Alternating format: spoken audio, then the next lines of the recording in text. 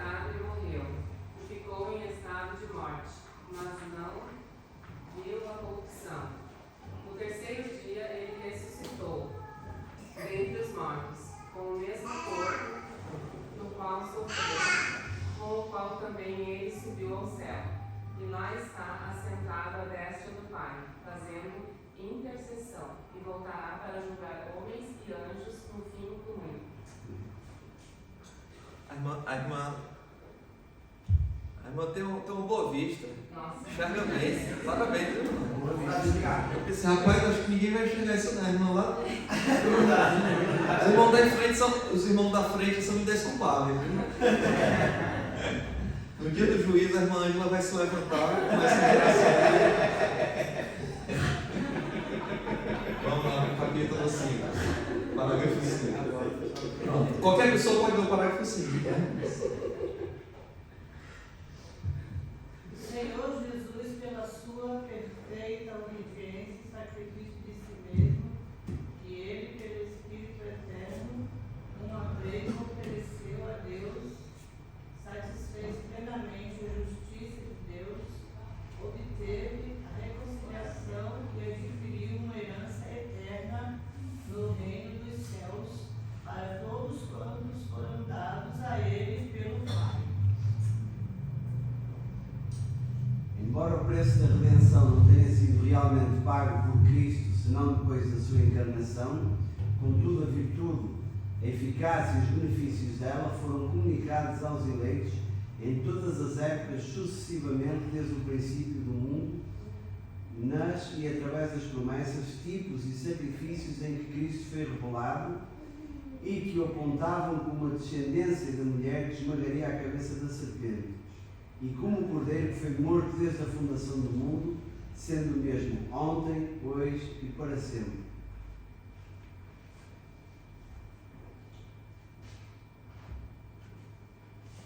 Parágrafo 7. Cristo, na obra da mediação, age de acordo com ambas as naturezas, cada uma delas atuando como lhe é próprio. Mesmo assim, em razão da unidade da pessoa, aquilo que é próprio de uma natureza, às vezes na Escritura, é atribuído à pessoa de Cristo, denominada pela outra natureza. Vou só explicar isso aqui para não ficar confuso só essa parte, tá, irmãos? Na obra da mediação, quem foi que sofreu e morreu por nós? Foi só a natureza humana de Jesus? Não. Foi o Theantropos, ou seja, Deus e homem.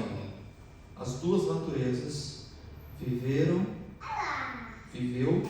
na pessoa. Duas naturezas numa pessoa. Quem foi que nasceu? Foi só a natureza humana? Não, foi o Deus homem. Mas Deus não nasce, mas a natureza humana nasce. Então foi a natureza humana que nasceu, mas você não pode separar Deus homem. Tá bem? E é nesse sentido que nós dizemos que Maria é mãe de Deus. Tá? Porque ela é mãe do Deus homem. Você não pode separar as duas naturezas. Tá bom? No entanto, é claro, nós sabemos que ela deu origem, humanamente falando, à natureza humana de Jesus, porque Deus é eterno, não pode ser gerado, é claro. Tá? Mas tudo aquilo que nós falamos de uma natureza atribui-se à pessoa toda. Por exemplo, em Atos 20, 28, diz que Deus derramou o seu sangue. Tá? No entanto, nós sabemos que Deus é Espírito, não é? E Deus, se Ele é Espírito, Ele não tem sangue. Mas está falando de quem? Da natureza humana de Jesus.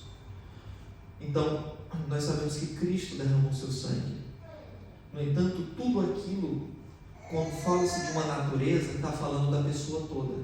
Nós não podemos separar. Não, foi só a natureza humana. Não, não é isso. O próprio Cristo, a pessoa. Está bem? Quando Paulo fala lá em Timóteo, só temos um mediador, Jesus Cristo, o homem, ele não está a separar, não está a querer mostrar que é o homem que é o mediador. Que é o homem que é o mediador, mas você pode também dizer, porque ele diz assim, há um só mediador, aí ele diz, e um só Deus. Não é? Então nesse texto ele está dizendo que o homem que é mediador, ele é Deus também. Certo? Então pronto, era só para explicar isso, tá, irmãos? Irmãos, é assim, esse assunto é muito denso, então eu vou ler o restante, tá bom? Para a gente ir acelerando. Paramos no 8. Cristo realmente aplica e comunica eficazmente a redenção eterna para todos quanto Ele altera e fazendo intercessão por eles, unindo-os a si mesmo por seu Espírito, revelando-lhes na e pela sua palavra o mistério da salvação, persuadindo-os a crer e obedecer, governando seus corações por sua palavra e Espírito e vencendo todos os inimigos deles, por sua onipotência e sabedoria, da maneira e pelos meios mais consoantes com a sua admirável e inescrutável dispensação. E tudo isso por livre e absoluta graça, sem qualquer condição de, neles, ter sido visto de antemão uma busca por isso. Esse ofício de mediador entre Deus e os homens cabe exclusivamente a Cristo, que é profeta, sacerdote e rei da igreja de Deus. E por isso não pode ser no todo, ou em qualquer parte, transferido de Cristo para qualquer outro. Esse número e ordem de ofícios são necessários, que é profeta, sacerdote e rei, são 3, e nessa ordem são necessários, porque precisamos do ofício profético de Cristo por causa de nossa ignorância. Ele é o nosso profeta e nos anuncia a vontade de Deus. Por causa da nossa alienação de Deus e da imperfeição dos nossos melhores serviços, nós necessitamos do seu ofício sacerdotal para nos reconciliar e apresentar aceitáveis a Deus. No que diz respeito à nossa aversão e incapacidade absoluta de convertermos a Deus e para o nosso resgate e segurança contra nossos adversários espirituais, precisamos do seu ofício real para nos convencer, subjugar, atrair, sustentar, libertar e preservar para o seu reino celestial.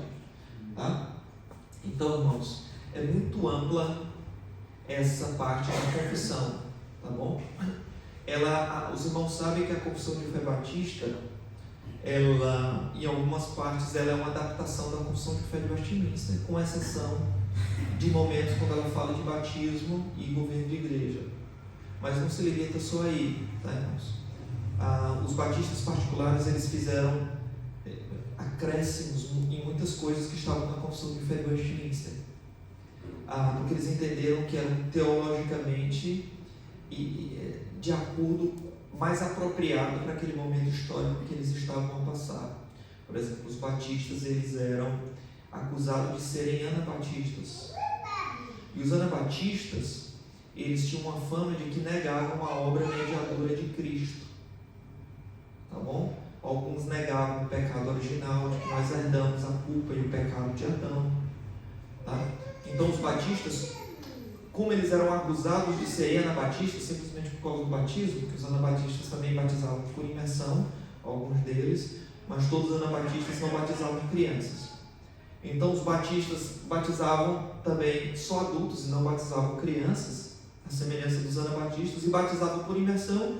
Então eles acabavam sendo confundidos por associação, só por semelhança. No entanto, quando isso acontecia, os batistas eram acusados de que, porque eram parecidos com anabatistas no batismo, também talvez eles negariam o pecado original. E batistas nunca negaram o pecado original, nunca negaram a doutrina da Trindade, a divindade de Cristo, como muitos anabatistas faziam. Então, em alguns momentos, em algumas acusações que batistas sofriam, eles reforçavam a confissão de fé deles. E este é um exemplo. A Confissão de Fé Batista de 1689, no capítulo 8, tem mais parágrafos sobre a obra mediadora de Cristo do que a Confissão de Fé de Westminster. Ela é mais rica, mais robusta, quando fala da obra do mediador, do que a própria Confissão de Fé de Westminster e a Declaração de Fé e Ordem de Savoy. Tá bem? Então isso é uma coisa muito interessante, tá? Essa aqui é a Confissão de Fé Batista original, né? Uma Confissão de Fé colocada por presbíteros e irmãos de muitas congregações. Isso aqui é um inglês elizabetano, que bem antigo, tá bom? Mas essa aqui é a primeira vez que ela foi formulada. Pastor, mas aqui tem 1677. Por que a gente chama ela de 1689? É simples, porque ela foi elaborada em 1677, realmente. Tá? No entanto, ela não poderia ser promulgada, ser publicada por causa da perseguição que havia dos reis britânicos contra a liberdade religiosa dos puritanos. Então, embora eles já tivessem essa confissão, tá, elaborada, inclusive eles se juntaram para elaborar, muitos teólogos batistas se juntaram para elaborar essa confissão. No entanto, ela não tinha sido publicada até o momento que veio mais liberdade religiosa, em 1689, que foi mais ou menos ali na altura, pertinho, quando John Bunyan foi liberto da prisão. Também passou 12 anos preso e pregava o Evangelho, foi preso. Então, quando teve a soltura dele, um pouquinho tempo depois, também foi publicada em 1689 essa confissão, mas ela foi impressa já em 1677, tá? O que esses parágrafos ensinam? Eu não vou ensinar cada detalhe de cada ponto do parágrafo, porque deveríamos fazer isso, mas o tempo não nos permite, tá, irmãos? Infelizmente. Irmãos, a confissão de fé aqui ela é rica, nós poderíamos passar um ano inteiro só trabalhando um capítulo, tá? Seria bom, não é? Por causa da riqueza de teologia que existe em cada seção desta. Eles discutiam, irmãos, a exegese, tá? De cada. Por que tem o 44? Aí tem aqui o versículo João 18. Eles não colocavam isso aqui arbitrariamente. Esse versículo acho que deve falar sobre isso. Eles não faziam isso. Eles iam lá no original, discutiam sobre ele, sobre os termos gregos utilizados na passagem, a gramática grega, a sintaxe, tá? Questões literárias, exegéticas daquele versículo, se apoiavam isso daqui ou não, de ordem mais filosófica, tá? Da linguística da época, para poder botar um versículo desse aqui, ó. Então, cada coisa dessa aqui é apoiada por um versículo bíblico. Há muita coisa ali por trás, daquilo que a gente chama das minutas da Assembleia de Westminster e depois dos batistas puritanos. Tá? Ou seja, por detrás das discussões entre eles tomaram notas, atas, discutindo sobre cada um destes pontos e os versículos bíblicos, em que sentido é que apoiam. Tá bom? Vamos lá. Então, aqui é um esboço da confissão de fé. Na segunda parte, ela ensina a descrição histórica da obra de Cristo. Cristo, ele morreu, ele viveu, sofreu, morreu e ressuscitou na história, não fora dela, não espiritualmente, não na imaginação dos discípulos, mas no tempo e no espaço. Tá? Por que eu falo isso, irmãos? Porque alguns teólogos, eles passaram a afirmar, eles eram anti-sobrenaturalistas. No final do século XIX, início do século XX, eles eram anti-sobrenaturalistas. Eles negavam a historicidade da ressurreição de Cristo, dos milagres, tá bom? Naquilo que depois ficou chamado como liberalismo teológico. Pessoas que não acreditavam que a Bíblia é a palavra de Deus, porque o nosso mundo contemporâneo, o nosso mundo moderno, é contra a existência de milagres, do sobrenatural, um mundo fechado às leis naturais. Então, a Bíblia fala apenas de mitos de uma época primeva em que as pessoas acreditavam em milagres e explicavam tudo na base de milagres. É claro, nossa sociedade hoje sabe que quando chove não é porque você orou para chover, mas porque, por causa da condensação das nuvens, e acaba a nuvem pesando demais, cai água, enfim. Tá?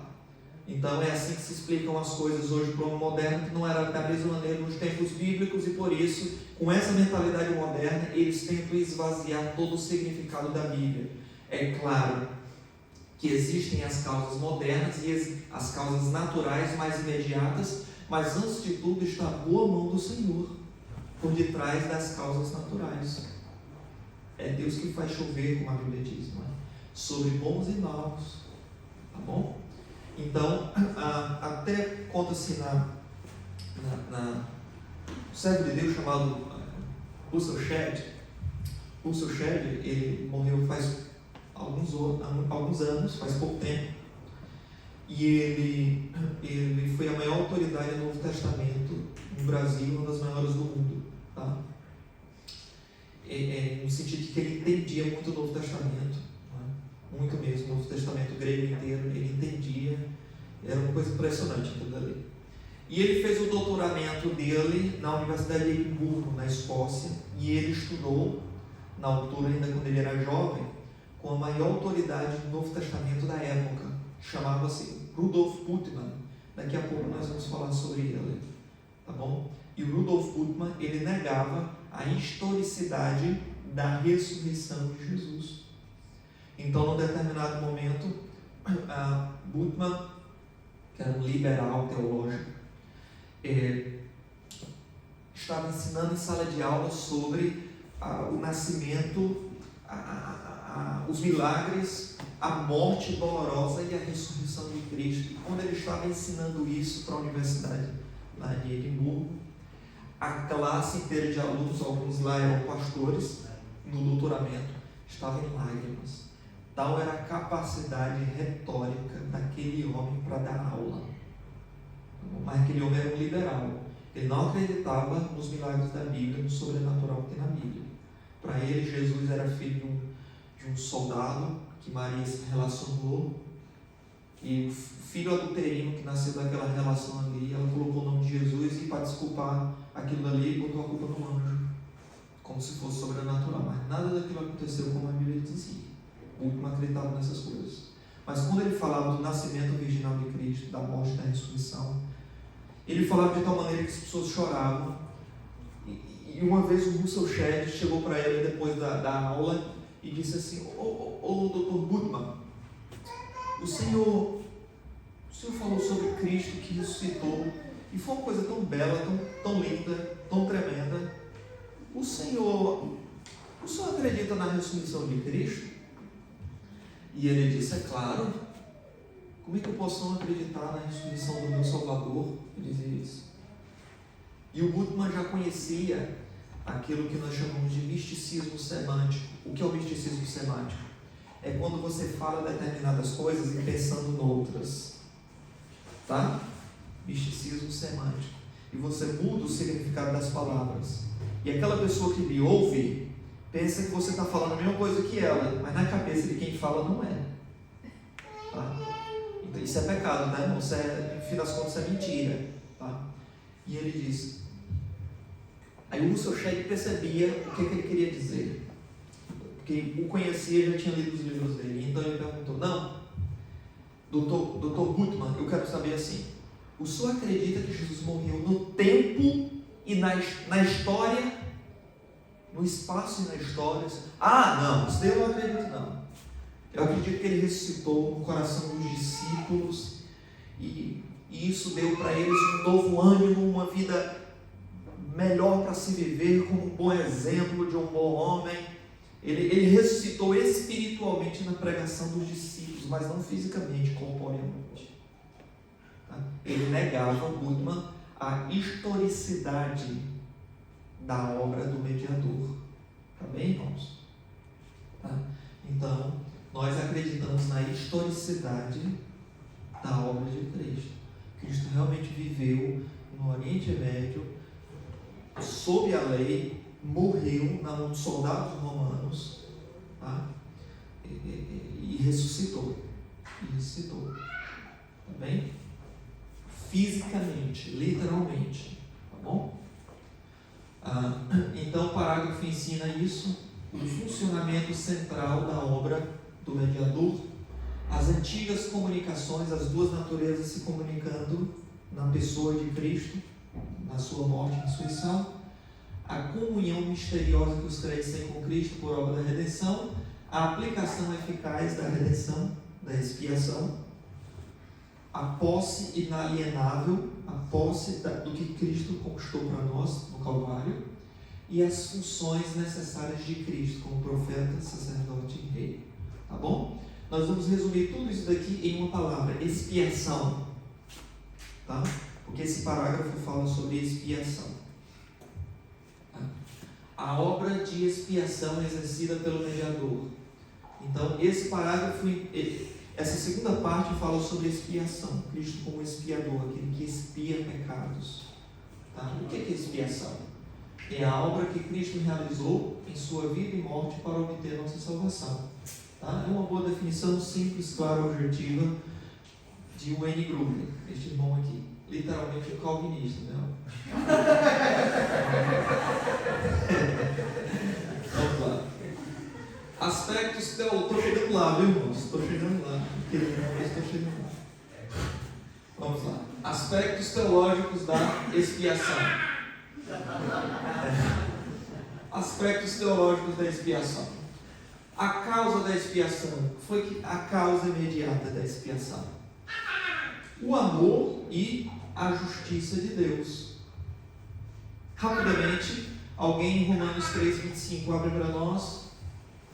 E João 3,16 todos nós sabemos decorados, né? Porque Deus amou o mundo de tal maneira que deu seu Filho unigênito para que todo aquele que nele crê não pereça, mas tenha a vida eterna. Ou seja, o amor de Deus é a causa para a expiação.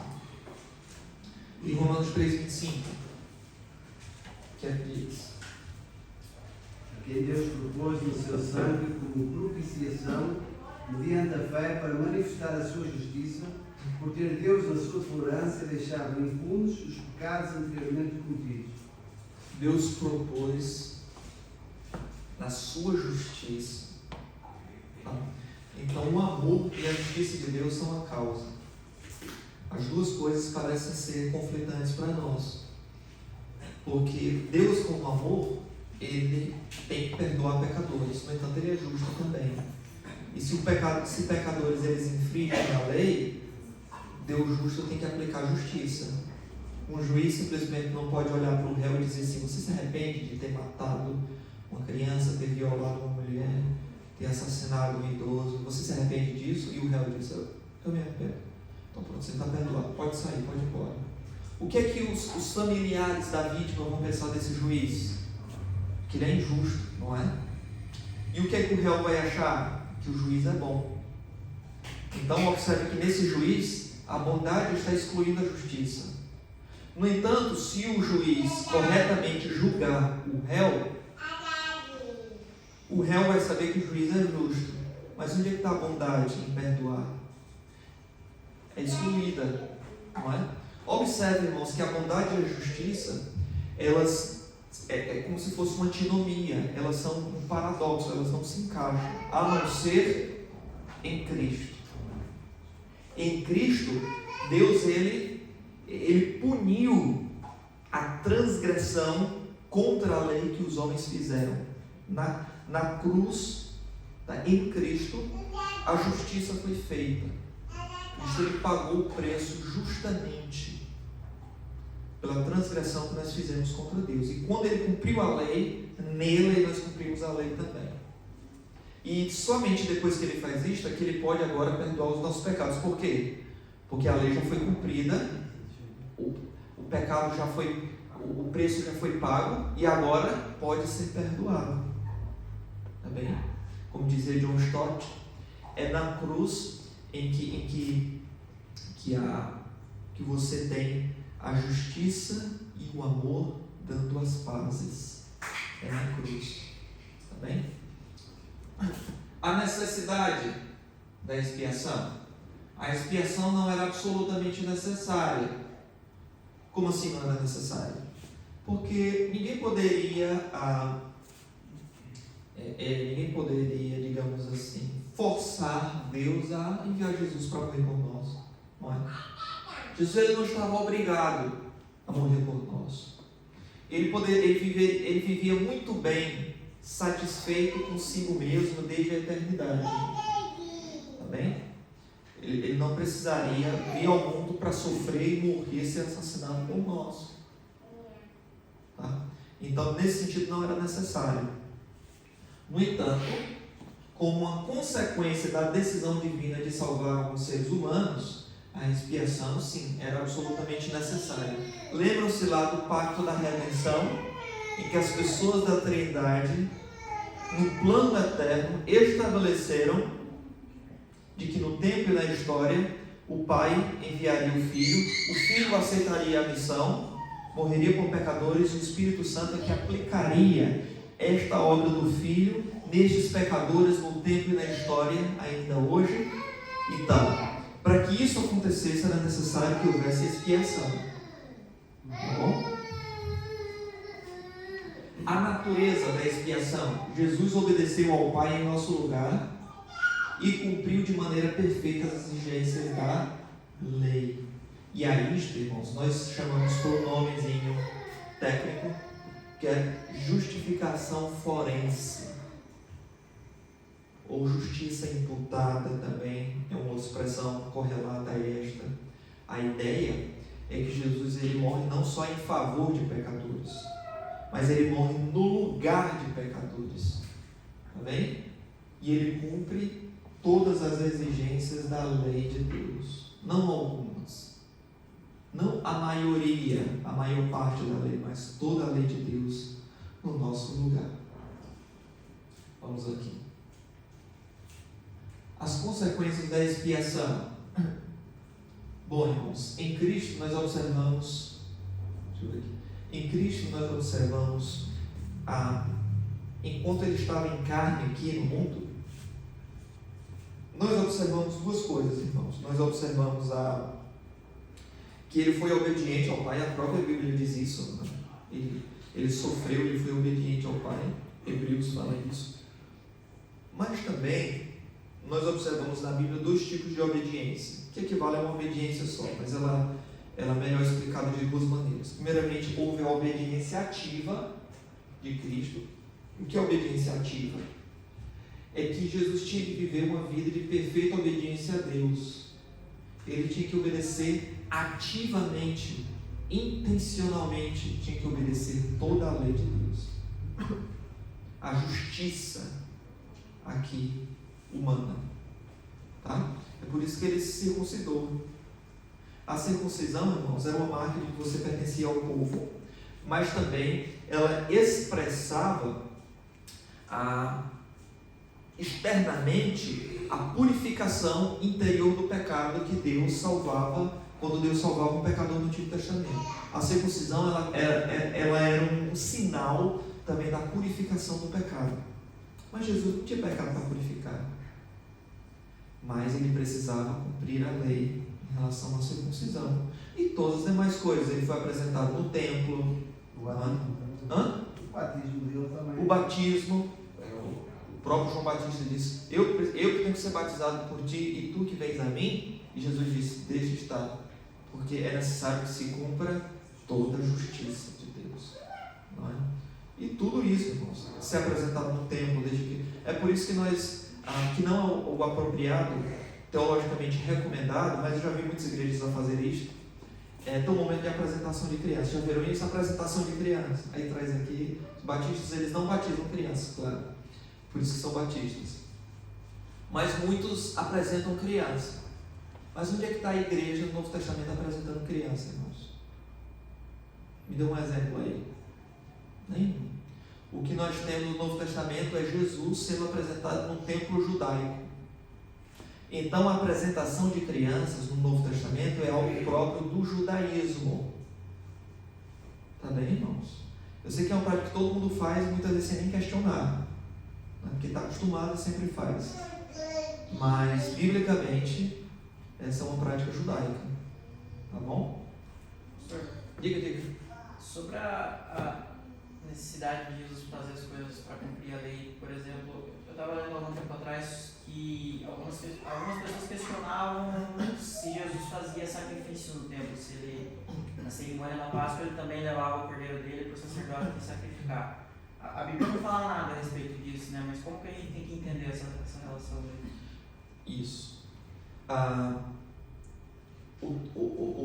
Os sacrifícios, eles eram feitos para a expiação de pecado, embora não expiasse pecado, porque era com base, era uma sombra daquilo que Cristo faria de forma mais plena, mas muito provavelmente, não vou te dar certeza, mas muito provavelmente, Jesus ele não participava do Yom Kippur, né, que a gente chama, que é a expressão hebraica para o dia da expiação, porque Jesus não tinha pecado para expiar.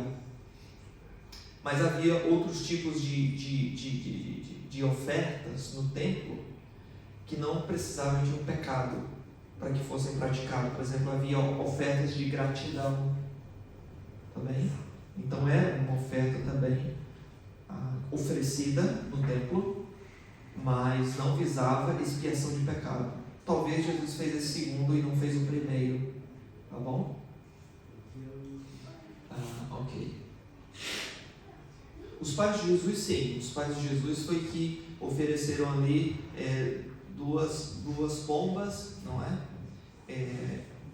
Como dizia a lei, tá bom? Mas a lei não representa pecado, tá bom?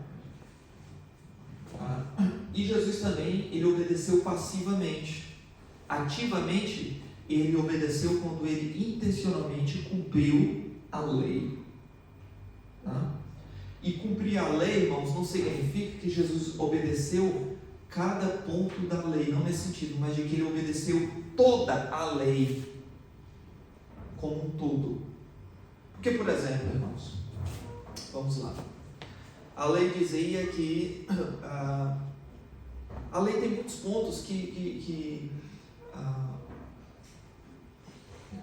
por exemplo, tinha questões na lei que não necessariamente precisava acontecer nos tempos de Jesus. Por exemplo, um boi que dava uma chifrada numa pessoa e o dono, se soubesse que o boi era dado a chifrar pessoas, e a pessoa morreu, então tinha que pagar vida por vida. Então Jesus, muito provavelmente ele não tinha bois, não ia ficar aplicando isso, não é? Ele trabalhava ali provavelmente com José, com seu pai. Então, esses pontos da lei, assim, não atarás a boca do boi enquanto ele debulha o trigo, né?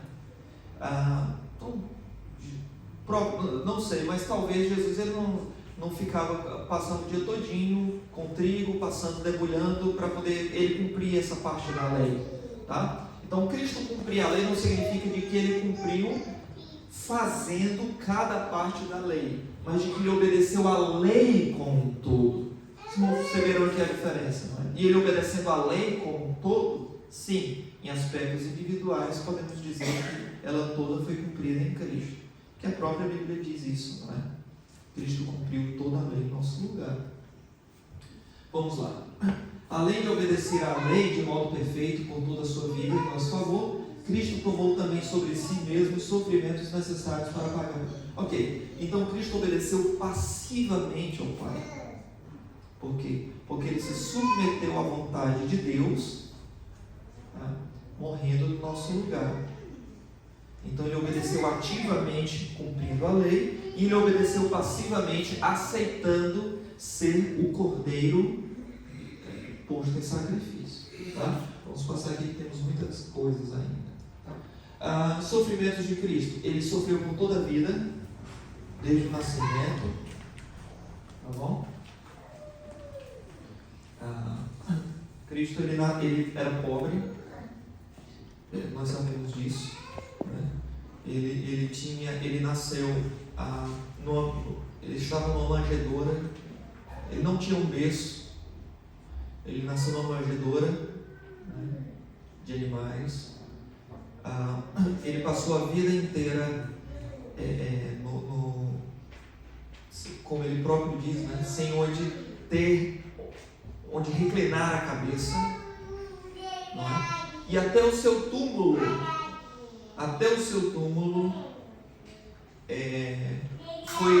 não era dele, foi dado, não é? O que era dele? A cruz era dele, tá? E Joia Júnior, que é um poeta evangélico antigo, muito conhecido no Brasil, ele dizia: errado, nem a cruz era dele, a cruz era nossa. Não é? Então, mas Jesus, a ideia é que Jesus ele era absolutamente pobre, tá? A dor da cruz, então Jesus sofreu por toda a vida, ele teve a dor da cruz, a dor física da morte, a dor de carregar o pecado, que é a dor espiritual é a pior que tem, o abandono de Deus, por isso que ele diz: Deus meu, por que me desamparaste? A dor de suportar a ira de Deus, a ira do Deus infinito foi despejada sobre Jesus. O cálice da ira foi derramado até a última gota sobre Cristo. Tá? Jesus sofreu os tormentos do inferno no Calvário, tá? Para que nós não pudéssemos sofrer eternamente isto. Aqui eu não sei porquê, irmãos, coloquei aqui, não dá para entender nada. As recomendações que eu dou para o Paulo Henrique, para ele não fazer no slide, eu descumpro todas elas, viu, irmãos? Olha aqui, que coisa horrível, né? Mas eu vou ler para os irmãos, tá? A situação do homem: estamos escravizados ao pecado e ao reino de Satanás. Merecemos morrer como castigo pelo pecado, merecemos receber a ira de Deus contra o pecado, estamos separados de Deus pelos nossos pecados. Então, essa é a nossa situação. E o que é que Cristo fez? A obra de Cristo. Ele foi um sacrifício no nosso lugar, ele apaziguou a ira de Deus, nos reconciliou com o Pai e trouxe redenção e remissão. Tá? Efésios capítulo 1 fala disso. Ele nos remiu, e ele fala do Filho, no qual temos a redenção pelo seu sangue. Os irmãos sabem qual é a diferença de redenção para remissão? A remissão é o perdão dos pecados, tá? E a redenção é o resgate do pecado. Então ele nos redime, ele nos resgata, e então ele nos traz remissão do pecado, ele nos perdoa o pecado. A redenção é o livramento da condenação do pecado e da própria presença reinante do pecado na vida do crente, dominando ele. Isso é a redenção. E depois que ele nos resgata do poder do pecado, ele nos perdoa. E depois ele nos adota, na doutrina da adoção, que nós chamamos. Deus não está satisfeito só com uma eternidade cheia de pessoas salvas. Deus, ele quer nada menos do que uma eternidade, uma mesa na eternidade rodeada por filhos. Então ele nos adota na sua família, na doutrina da adoção. Então o crente não somente ele é salvo, ele é adotado, ele é chamado de filho de Deus. Tá? Ok. Termos teológicos que o Novo Testamento usa. Deixa eu ver aqui o horário. O horário que eu acabo. Vamos lá. Termos teológicos que o Novo Testamento usa para o sacrifício de Cristo. Sacrifício, propiciação, já disse, Cristo ele é o Cordeiro que morre, trazendo salvação. Ele apazigua a ira de Deus. Traz reconciliação dos homens que eram inimigos de Deus, e Deus inimigo dos homens. Ele traz reconciliação com o seu sangue e, portanto, resgata os homens do pecado. Cristo morreu como sacrifício por nós. Rapidamente, alguém abre em Hebreus 9:26, se foi salvo. Cristo morreu como propiciação pelos nossos pecados. Cristo nos trouxe de volta a comunhão com Deus. Cristo pagou o preço pela nossa libertação do pecado. Quem achou pode ler. Hebreus 9:26. Ora, neste caso seria necessário que ele tivesse sofrido muitas vezes desde a fundação do mundo. Agora, porém, ao se cumprirem os tempos, se manifestou uma vez por todas para aniquilar pelo sacrifício de si mesmo o pecado. Ok. Então Cristo, ele morreu de uma vez por todas para aniquilar o pecado na vida do crente. Nós ainda pecamos, mas o pecado não é mais o nosso Senhor. Nós ainda pecamos, infelizmente, mas nós não mais sofreremos as consequências eternas do pecado. Nós ainda pecamos, mas o pecado vai ser algo transitório na vida do crente. Nós ainda pecamos, mas nós caímos em pecado, não mais vivemos nele. Tá bem? O castigo foi infligido por Deus Pai. Isaías 53 diz: ao Senhor agradou moê-lo, fazendo enfermar na cruz. Tá? Então Deus imolou o seu próprio Filho por amor de nós, pecadores. E essa é a maior expressão de amor, do amor de Deus Pai pelos pecadores. Ele dá o seu único Filho por causa de gente como nós. Tá bem, irmãos?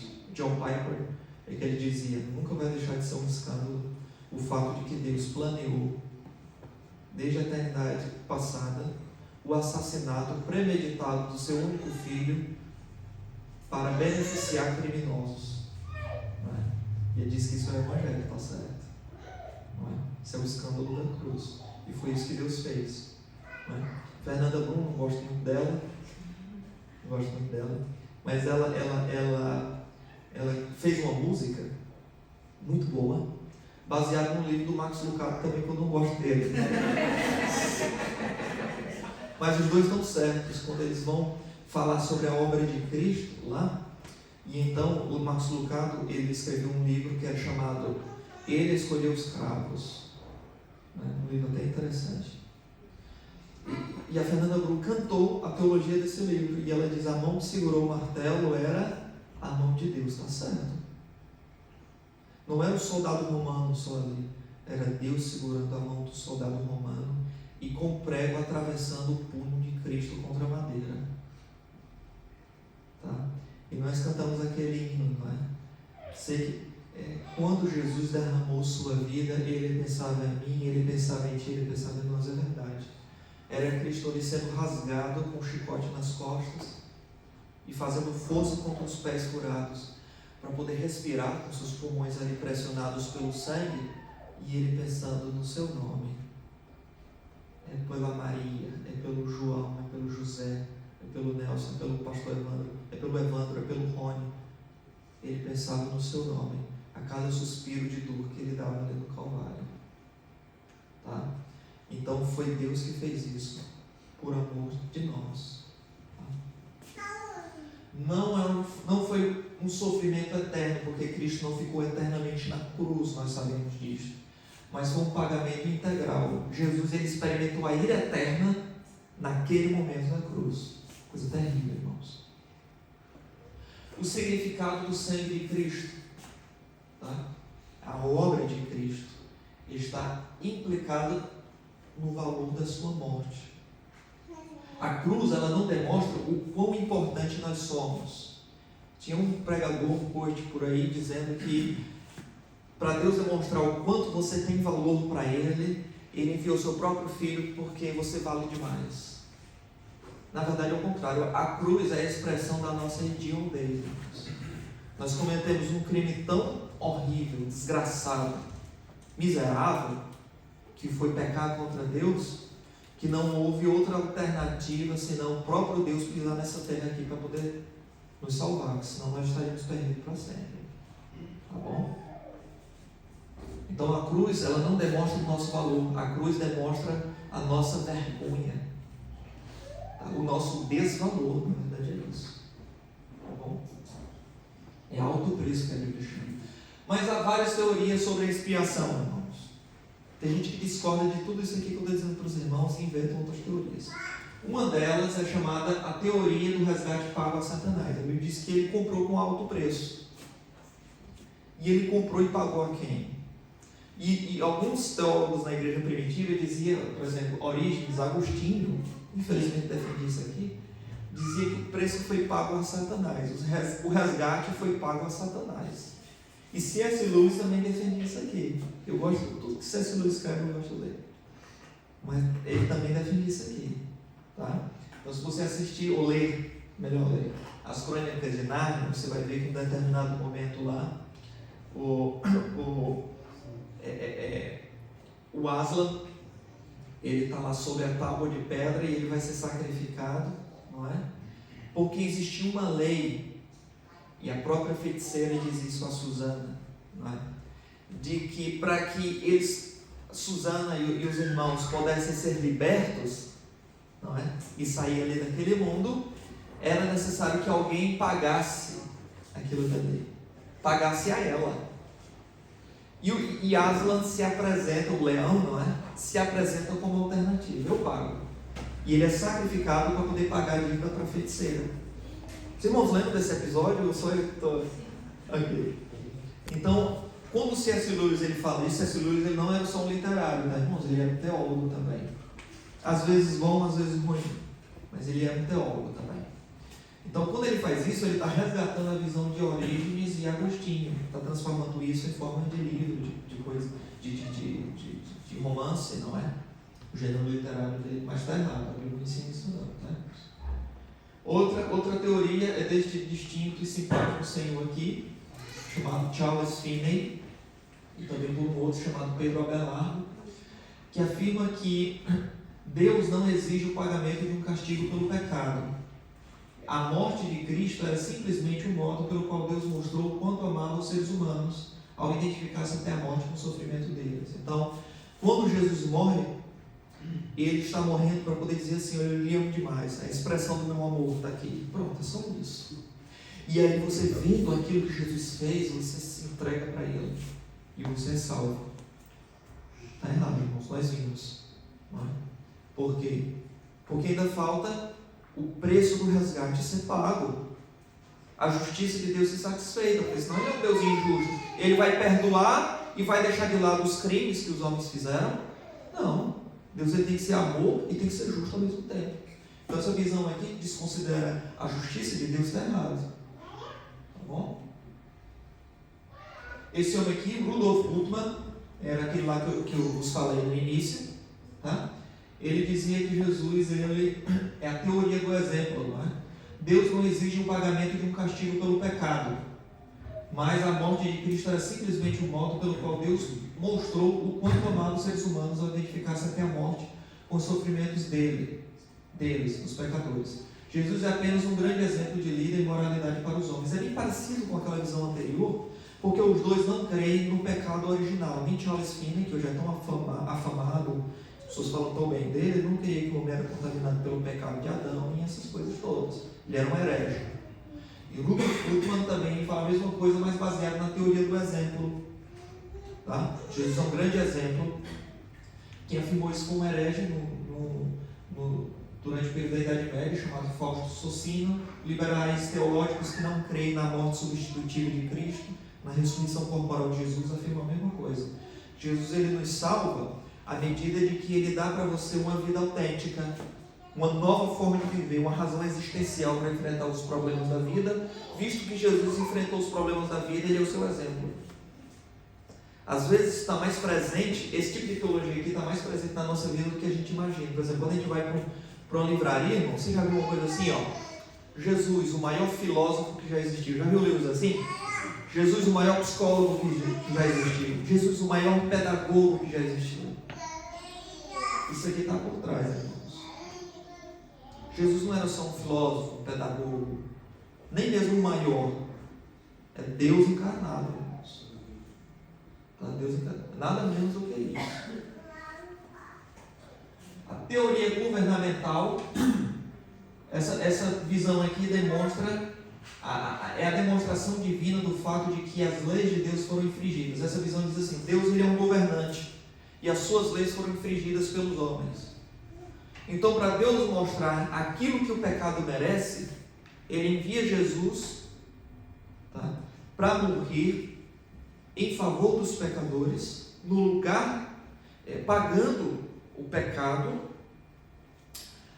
No entanto, isso não significa que Jesus morreu no lugar dos pecadores. Ele morreu em favor dos pecadores, para beneficiar os pecadores. Mas a morte de Jesus não é no lugar de ninguém, não é substitutiva, tá? Jesus morreu para poder mostrar o quão sério o pecado é, e de que ele governa o universo e que as suas leis devem ser cumpridas. Só isso. Mas ele não morreu substitutivamente, no lugar da outra pessoa, embora morreu para poder favorecer pessoas pecadoras. Quem defende isso aqui está errado. A Bíblia diz que ele morreu em nosso lugar, o justo pelos injustos. A Bíblia diz muito clara essa ideia de substituição, mas essa visão nega isso. E quem defende isso é um puritano que eu gosto demais, Richard Baxter. Ele defende isso, e muitos arminianos têm essa visão aqui, tá? Não todos, mas a maioria tem essa visão aqui. Okay. Pronto. Vamos encerrar aqui para a gente dar um tempo de intervalo, tá, irmãos? E a partir da próxima semana nós vamos trabalhar a visão anselmiana, tá?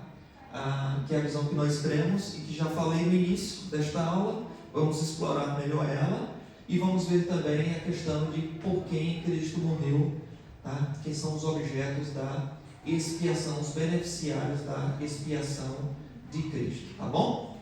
A gente encerra aqui, vamos ter um intervalo e próxima aula continuaremos. Até já!